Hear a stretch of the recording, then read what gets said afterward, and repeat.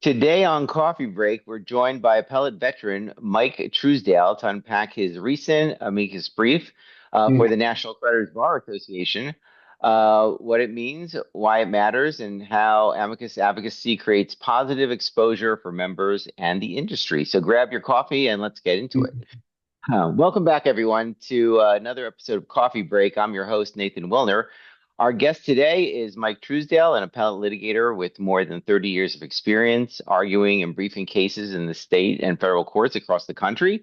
Mike has argued before the Supreme Court of Texas, most of the intermediate appellate courts in Texas, and multiple federal circuits, including Fifth, Sixth, Seventh, and federal circuits, and has authored briefs in matters before the U.S. Supreme Court. He's board certified in civil appellate law in Texas, recognized as an AV preeminent attorney, and a long running Texas super lawyer in appellate practice. Beyond the courtroom, Mike is a frequent speaker and author on appellate practice ethics and attorney wellness. He's helped grow appellate pro bono programs in Texas, his adopted home state of Oregon, and nationwide. He currently serves on the Oregon State Bar House of Delegates and the executive committee for the Oregon State Bar Civil Appellate Practice Section, where he chairs the pro bono subcommittee. So, Mike, thanks for joining us today. Thanks for having me. It's good to be here. So, let's get into it and start with the basics of what is an amicus brief and why is it such an important advocacy tool for organizations like the National Creditors Bar Association? Sure. An amicus brief is a brief that is filed in a pending appeal, or it could even be district court, depending on the nature of the case. But it's filed by people who are not parties to the lawsuit, but they are friends of the court. They're basically saying we're outsiders, we're strangers to this particular lawsuit, but we have a particular perspective that we want to share with the court to help guide the court in making its decision. Um, Oftentimes, folks will do that when they have a particular expertise in an area that may not be apparent from the cold record or the cold dispute that the court is going to be considering, and they'll say, as you decide this case, this is something you should know about the real world implications of this. They're used a lot of times in cases where, like I would say, if there's a hodgepodge of different results out there, sometimes the industry, sometimes a client says it's more important for us to know what the answer is rather than whether it's right or wrong. Whether whatever is adopted is the rule. Because the absence of clarity is sometimes very difficult and very confusing to folks who, in their best interest, are trying to comply with the law. But it's just basically an opportunity for parties to do this. And I'll just tell you that at the U.S. Supreme Court, in cases that are set for argument, there's typically between 12 and 16 amicus briefs per case Oh, that may be filed when a case is getting ready for oral argument. And so oh, they're very important, very useful to the court. They can be. They can also be just kind of an encumbrance on the court's time if they're not really done well. So, well, if that's how many briefs are filed in the Supreme Court, obviously there are a lot of uh, appellate litigators and advocates that feel that that is an important way to get their point across. So let's talk about a brief that you just finished filing on behalf of NCBA in the case of Wright versus Portfolio Recovery Associates. Let's talk about what was at stake in that case and why did NCBA decide to weigh in? sure. This case involved the Colorado CFPBA. Did I get that right? Yeah. Um, and really, it involved a debt buyer's authority to bring a lawsuit. And what a debt buyer has to do under the pleading rules that were set forth by the Colorado legislature to assert a proper claim. The statute has different requirements that accompany the guidance for filing a lawsuit, and some of them say if the debt is evidenced by a writing, you have to provide a certain set of documents with your lawsuit. And then there's a separate provision that says that if the debt is not subject to written existence, then you have to do a different thing. And in our particular case, the debt was for what it's worth, a Victoria's Secret credit card, and it was a revolving debt. When the lawsuit was filed by the debt buyer followed the procedures that says are applicable when there's no written evidence, writing evidencing the debt. And so they filed what the statute requires, and that is, a certain number of credit card statements, additional information like that. The other So, party, go ahead. no, go ahead. Finish. Well, I was just going to say that the plaintiff as a defense, the plaintiff, the debtor as a defense said, no, wait a minute, you followed the wrong statute. You should have provided all sorts of additional information, which would be very difficult to do, if not impossible. And so, as the case went forward, the debt buyer moved to dismiss the case, and the court granted the dismissal, and then the debt buyer sought review in the Supreme Court of Colorado. And the court says we will hear it on two particular issues. One is, how is this a standing rule, the rule that says you have to do this in order to prove you have the right to bring the lawsuit, to be enforced or to be interpreted. Now, and so we took our position in that. And So how did the brief, help shape, what were we trying to help shape the court's sure. understanding of the broader industry implications? In other words, how would this apply across other parts of, not just this case that's at bar, but cases involving similar facts? Why was it so important that we get that broader industry implication to the court?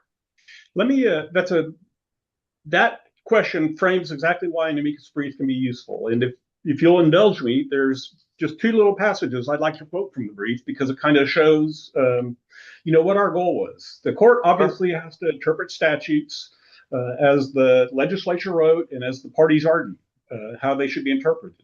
But we made a position in our brief where we said NCBA is concerned that the theory raised not only defies business practices specifically designed to comply with the federal and state Fair Debt Collection Practices Act requirements, but calls for an adoption of a standard that may be impossible to satisfy even in the most routine debt collection cases. And then we say any additional requirements that the court may impose that the plaintiff is asking them to oppose are inherently unworkable, impracticable, and more importantly, offers consumers no additional protection than would otherwise be provided. So the reason we said that is just, first of all, as the court is interpreting the statute, think about the real world implications of that. You're being asked to adopt a standard that, for all practical purposes, very well may be impossible to satisfy. And for what benefit? Obviously, in a case like this, there's the view of a consumer versus the view of a debt buyer. And the purpose of the statute, may be to not only to protect the consumer or the debtor, but it also has to provide fair guidelines for a debt collector or a debt buyer to follow. And it can't go so far in offering protection that it makes it impossible for the debt buyer to go forward. In addition to the passages that I've just presented, at the beginning of the brief, we set out a portion that said, basically, just walk through the debt buying industry, how large it is, how many people are involved, just to show the stakes. This is not a trivial matter. There are serious and significant legislation and rules governing the debt buyers' activities, and we strive to comply with them. But there are times when an interpretation is offered that is impractical and unworkable. And as this court thinks about how it should construe these statutes, it needs to keep that in mind. So I guess from a certain perspective, what really, a brief that like NCBA filed gives this real world experience to the court of saying, you're looking at this very small microcosm of a case, but this is much, much broader, and there are tens of thousands of cases and huge economic ramifications to what the court does. And I think That's that exactly. only, you know, go ahead, Mike. No, I was just going to agree with you. This is not simply a $600 credit card dispute. This is something that will have ripple effects that could affect millions, if not billions, of dollars, or affect business practices that make it impossible for that would fundamentally shake up how claims are filed and pursued. Yeah. So, So with no additional benefit. yeah. So I mean, it's a very powerful tool because now, we are on the record, so to speak, of our position. It's there for anyone to see. It's transparent, it's clear, and it's not anything that's, you know, hidden or secret, so to speak. So beyond individual cases, how do amicus appearances benefit NCBA members and the industry as a whole? Well, I think in a case like this one, like I said,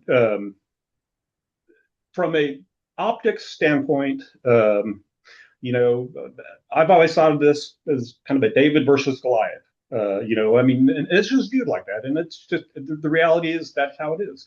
But when we write our brief, you know, I think we send a message that we are objective, we're fair, we're looking for the right answer, and I think that enhances our credibility not only with the court, with this court, but with other courts. And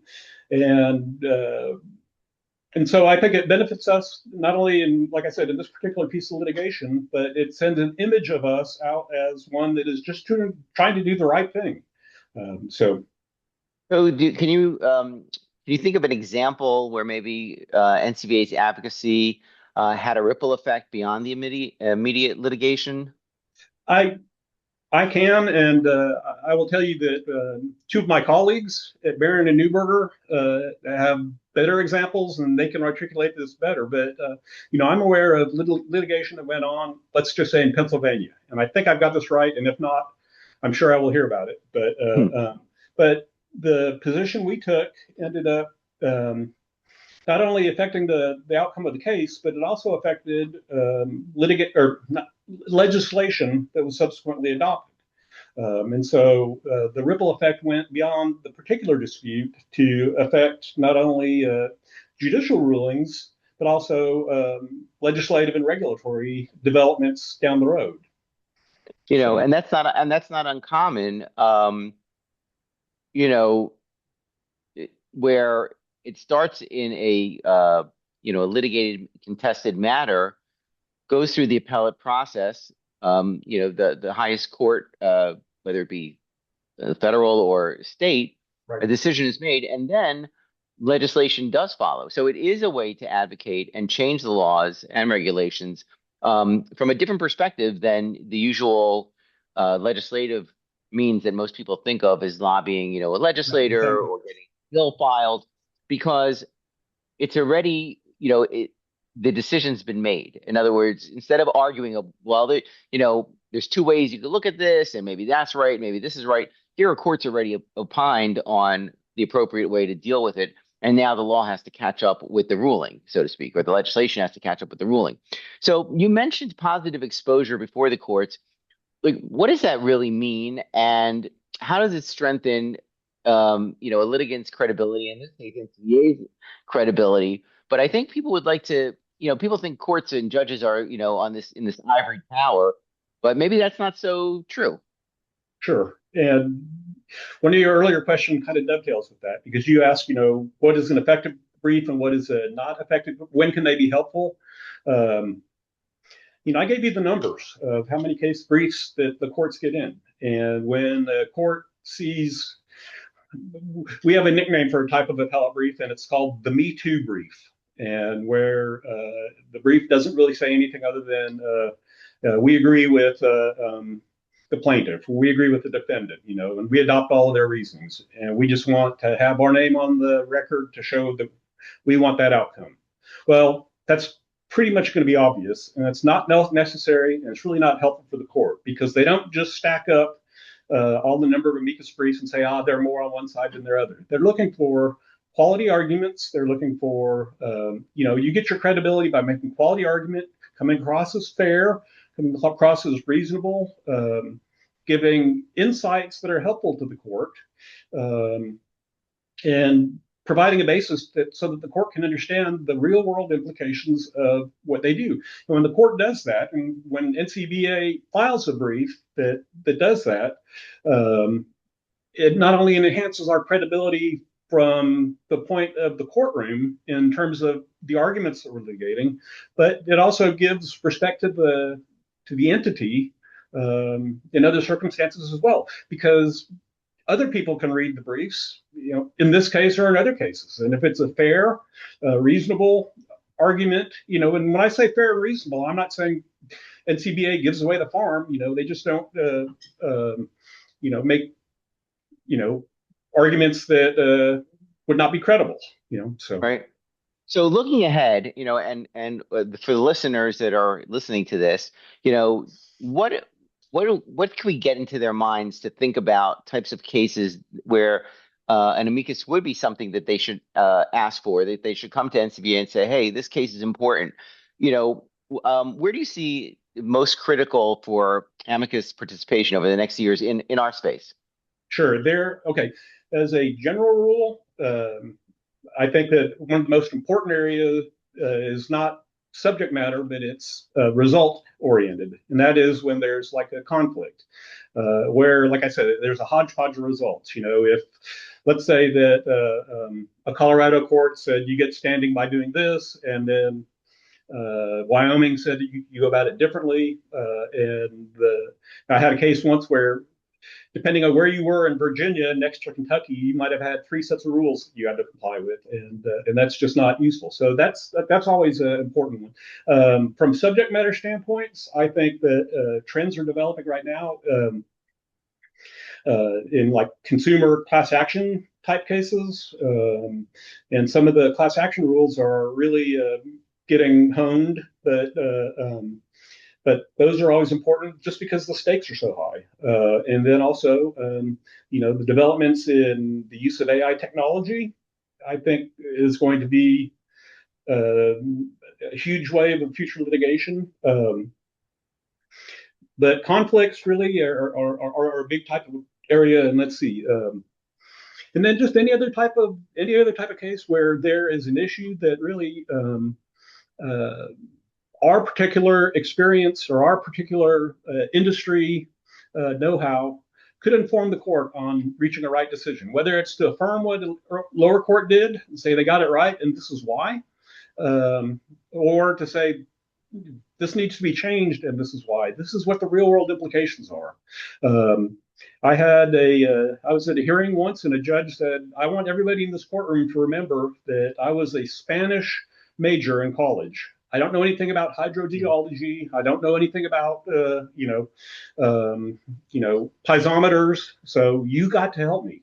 And sometimes that's exactly the role that amicus counsel can provide to a court, particularly on an industry type specific case, which is the ones that NCBA would bring. Right. So even if it's a case about, a consumer protection statute or standing preemption issue, or like you mentioned, class action, it's really being able to tell the story from the NCBA perspective, not just on the issue itself, because there will be, by the time we're done with AI, if we'll ever be done with AI, there'll be thousands of cases of and different kinds of regulations and different ways it's being used, but not necessarily from the perspective of a creditor's rights attorney. And that's where NCBA comes in and adds that flavor. So it's obviously an important advocacy tool that can't be overlooked, and it really is something that's unique to the use of attorneys. And so NCBA is really positioned to take advantage of that advocacy tool. So anyway, we're getting close to the end of our cup of coffee, so to speak. So we're up to the quick lightning round. I'm going to just ask a one sentence question and ask for short, punchy answers from you to see what you say. All right. Ready, Mike? All right. One trait of a great amicus brief. Fair, concise, well written, and helpful. All right. Common mistake you see in amicus brief strategies. Uh, Me Too, and trying to, the Me Too brief, not really offering anything in court, or losing sight of why you're there. You're there to help the court with outside perspective that the court otherwise wouldn't get. And when you depart from that, it's not a useful brief, and the court's not going to be intrigued to spend a lot of time reading it. All right. And the last of our lightning round, your advice to practitioners who want to collaborate on amicus brief efforts. I That is a fantastic thing to do. In my Texas practice, I still collaborate with attorneys from across the country because, there may be an industry that is, in Detroit, but what the Texas Supreme Court is going to do will affect their industry in Texas. And so I work with, counsel from there, or from California, or whatever, just as a Texas lawyer, or now an Oregon lawyer, or work with in-house or general counsel. That's because you need the brains and the experience of those that are industry leaders, or those that litigate things on behalf of the industry all the time. For example, the colleagues in my firm for NCBA, they know this stuff a lot better than I do. But I can assist with the actual writing of a persuasive, effective appellate brief that's going to be used as an amicus brief in whatever court we're going to. So the collaboration, I think, is very important, because you take the best of both possible worlds: the industry Yeah. knowledge, and then the courtroom knowledge of the appellate landscape. Yeah. So, well, Mike, this was absolutely terrific, and thank you for walking us through the role of amicus advocacy and the insight behind NCBA's approach in cases like Wright versus portfolio recovery. And for our listeners, if you're interested in contributing to an NCBA amicus effort and have a case to flag or want resources for your next appellate issue, please reach out to NCBA, to our amicus committee.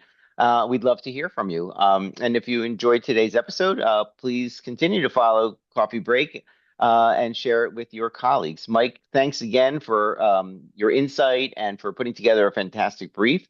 And again, to our listeners, stay tuned, stay engaged, and most importantly, stay caffeinated. And thank you again, Mike. Have a great day. Thank you very much. Enjoyed it.